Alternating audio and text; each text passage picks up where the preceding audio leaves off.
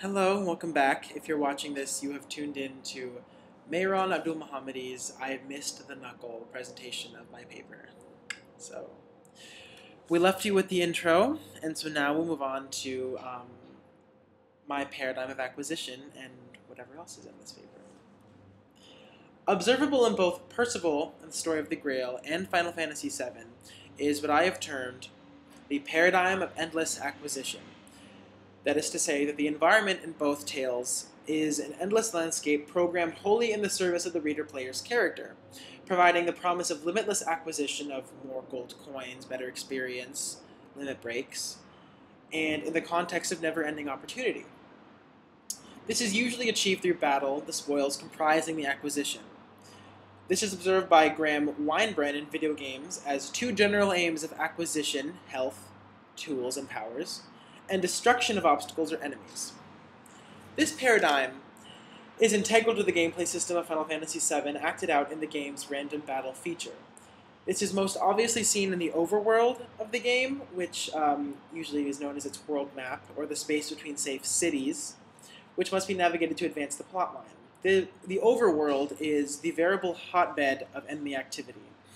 You cannot move more than a moment in any direction without hearing the screen shatter and falling away to reveal a battle that you've now become immersed in. This shift in perspective, created by the zooming in of a lofty 360 aerial view to an intimate, much more cinematic view of your character, changes your character from an unrecognizable avatar, dwarfed and without expression — anyone who's played the game knows what I'm talking about — to a more lifelike, proportionate one with weapons and armor that change appearance as you upgrade them, highlighting the importance both of battle and its spoils. The spoils of battle in Final Fantasy VII are what make the random battle system necessary. Upon victory, your team is granted both experience, meaning more magic and more strength, as well as various items of healing and defense. Since the linear plotline of the game describes an escalating chain of enemies, more difficult to defeat the further you progress, it is literally impossible to complete the game without engaging in at least some random battles for the sake of growth as a warrior. In fact, I can speak personally and say that I spent, in real time, 2.5 weeks in the Wall Street, or Wall Market section of the game, just to level up to, I think, 20 or 30 levels above what I was supposed to be so that I could get through the game easily. Similarly, in Perceval, the titular character is forced to wander through an unfamiliar yet repetitious landscape, defeating enemy after enemy as they appear for no apparent purpose except his own development. The most apparent example in Perceval of this random battle is the episode of the Regenerative Demon Knights. Prior to this, Perceval's wanderings are described in one of the many summaries within the tale. They are a result of translation and truncation, yet they are similarly sweeping and broad in their scope.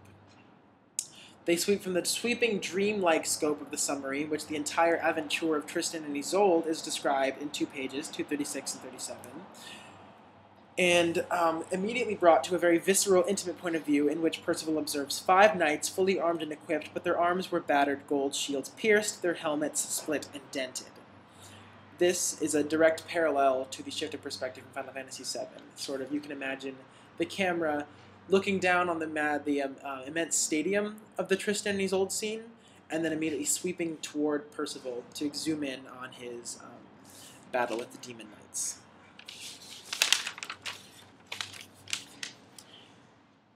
This section was close read to examine the similarly recuperative abilities of Perceval's enemies in this event, similar to those in Final Fantasy VII, the respawn of demons in dungeons.